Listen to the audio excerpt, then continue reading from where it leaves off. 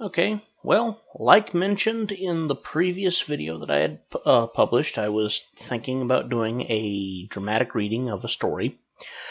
Well, the story that I'm going to be reading is more like a poem that was written by none other than Edgar Allan Poe, and this poem that I'm going to be reading is known as The Raven.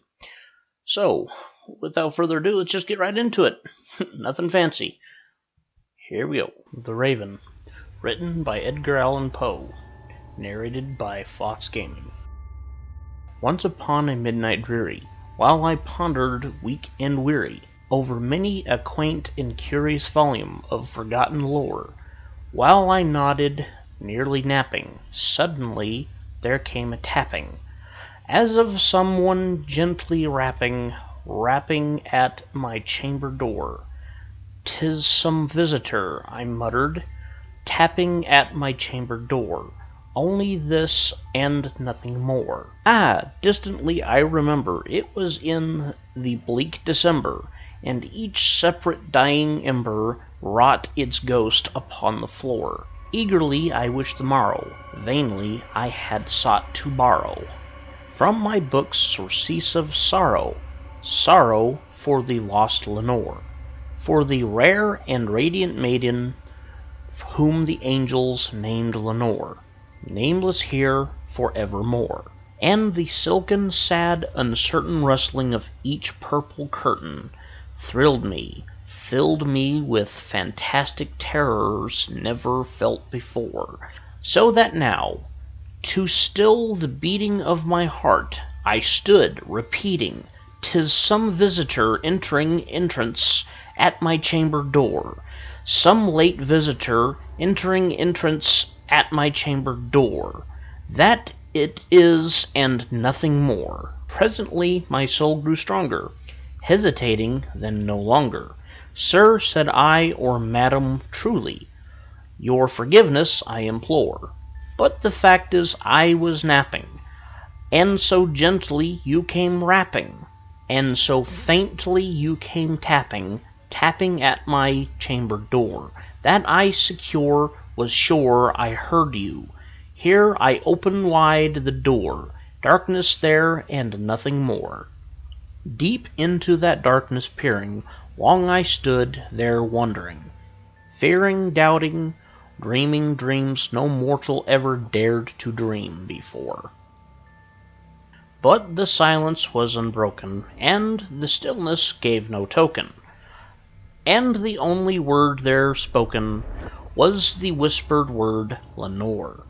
This I whispered, and an echo murmured back the word "Lenore." Merely this and nothing more.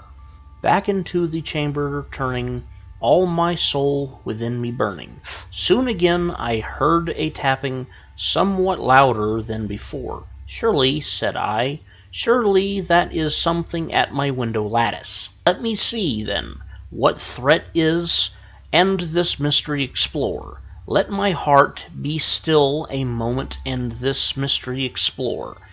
'Tis the wind and nothing more." Open here I flung the shutter, when with many a flitter and flutter in there stepped a stately raven of the saintly days of yore. Not the least obeisance made he, not a minute stopped or stayed he, but with mien of lord or lady, perched above my chamber door, perched upon a bust of Pallas just above my chamber door, perched and sat and nothing more. Then this ebony bird beguiling my sad fancy into smiling, by the grave and stern decorum of the states it wore, though they crest be shorn and shaven, "Thou," I said, "art sure no craven, ghastly grim, and ancient raven, wandering from the nightly shore. Tell me what thy lordly name is on the night's Plutonian shore." Quoth the raven, "Nevermore." Much I marvelled this ungainly fowl to hear discourse so plainly, though its answer little meaning, little relevancy bore. For we cannot help agreeing that no living human being ever yet was blessed with seeing birds above his chamber door. Bird or beast upon the sculptured bust above his chamber door, with such name as Nevermore.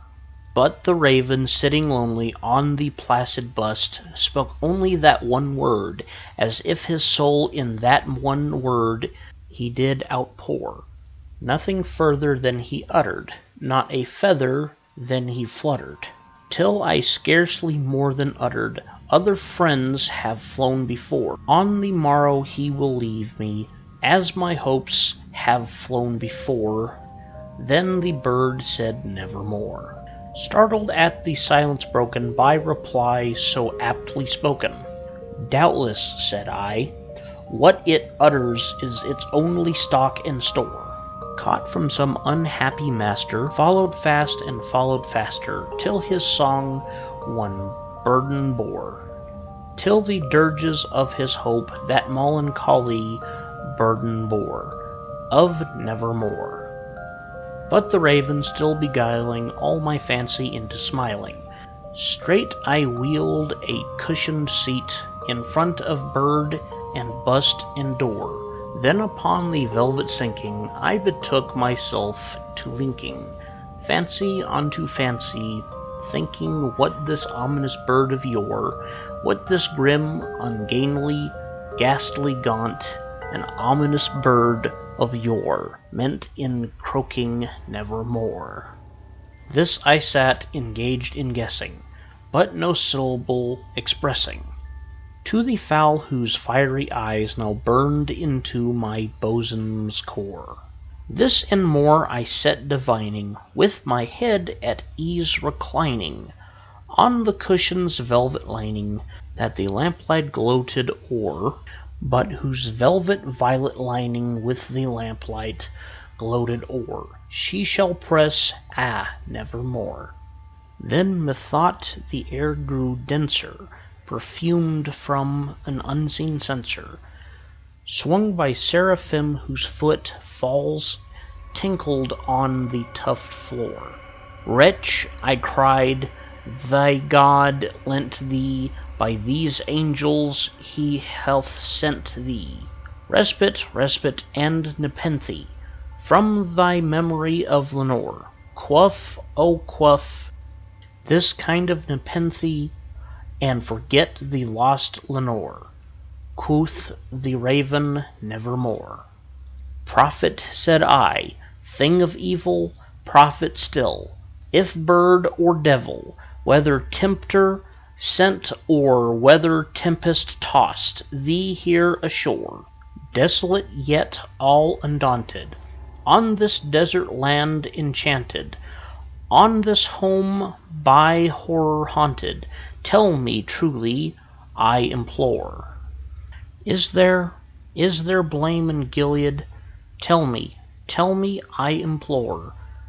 Quoth the raven, nevermore. Prophet, said I, thing of evil, prophet still, if bird or devil, by the heaven that bends above us, by that God we both adore.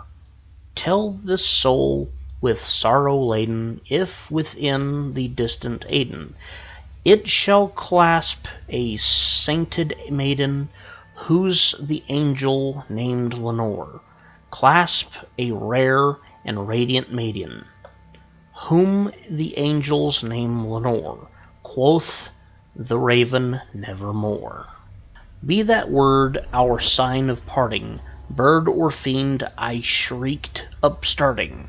Get thee back into the tempest and the night's Plutonian shore. Leave no black plume as a token of that lie thy soul hath spoken.